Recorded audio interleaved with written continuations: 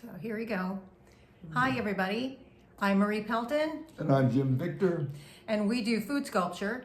And we just got done unveiling our butter sculpture for the Pennsylvania Farm Show 2025. And so Jim and I have been doing the butter sculpture for the farm show for the past 23 years. Right. And not consecutive years. It was 22 consecutive years, and then Jim's first one was 1995. 1995.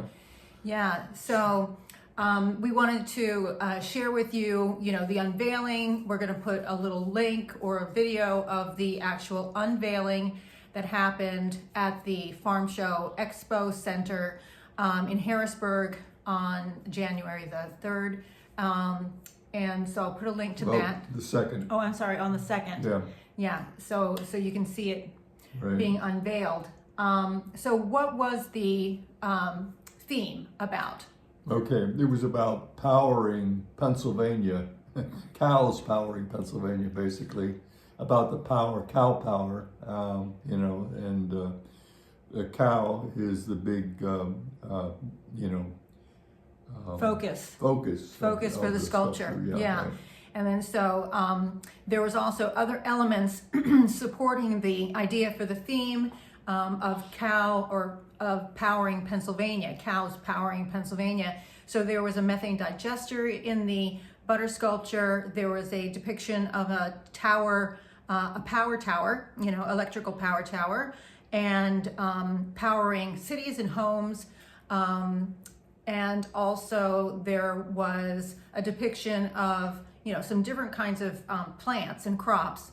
So basically the manure, for cows create fertilizer, so that helps grow the crops, and in turn, which creates feed, like feed for cows. So that was kind of all in there as well.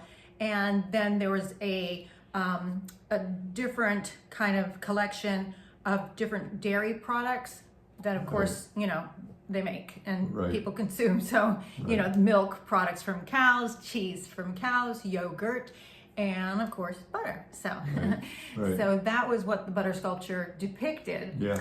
And a lot of people, they ask us, what is this process all about?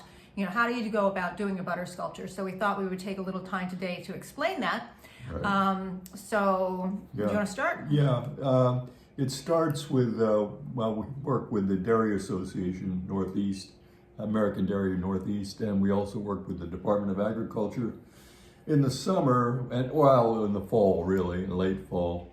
And we talk to them about what the theme is going to be, and out of that, a drawing comes. And usually it's Marie that does the drawing and gets these ideas together. And sometimes the drawings have to go back and forth a few times because the different changes that they want in the things. And so after the drawing is approved, we start to make the armatures, which are steel and wood and wire and all this stuff, foam, and get it ready to take it to Harrisburg, where we're going to, cover it with butter and model the whole thing. So, So we spend about 10 to 12 days in the booth, doing the actual butter part of it, and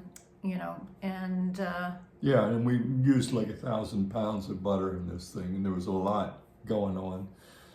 Usually we have to,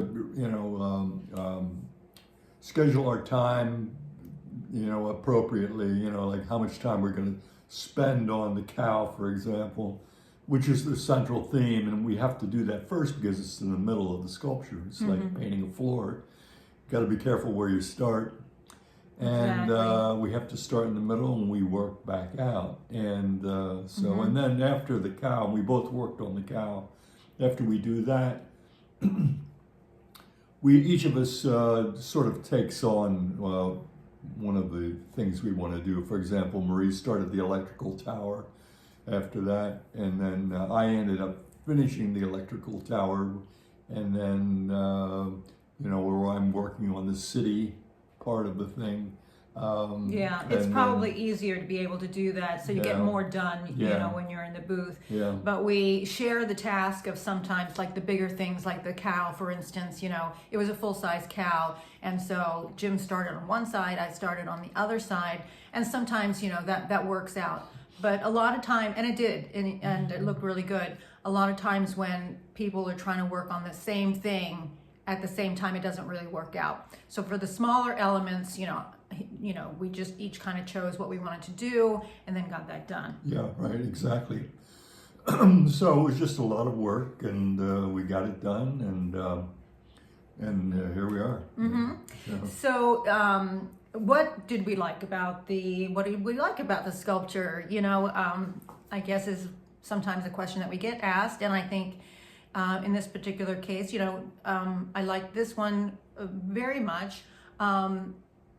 Part of the reason I like it so much is because I thought that the design of it worked really well, and that's an important part of the success of any sculpture or any kind of piece of art, is really the composition. I think it's very, very important, and sometimes people don't think about that too much. Like as an artist, you want to think about it, but as a viewer, you don't necessarily, someone who's just viewing art, you don't necessarily have to think about it too much, because when it's done well, you know, anybody who's looking at the piece of art sort of, you know, can look all around it, and it feels very uniform. And when it's designed well, sort of the theme and the messaging, I think, comes across much stronger, as opposed to, like, sometimes I see work and it seems a little choppy, or there's not a clear emphasis. And so with this one, I liked it so much because there was a clear emphasis, there was a clear focus, and then there were some supporting elements. So Right. I did like that. Right. Yes. Any particular thing that you liked about the sculpture this year? Well, I did like the kind of the monumental quality of the sculpture. It was big, you know, and Right. so that was good. It's kind of powerful. Yeah. You know? And this is usually one of the largest ones that we do all year long. It's like 1,000 to 1,200 pounds of butter. But this one particularly was taller, and we used up probably every single inch of space in the booth, you know, so Yeah, it was right, big. right.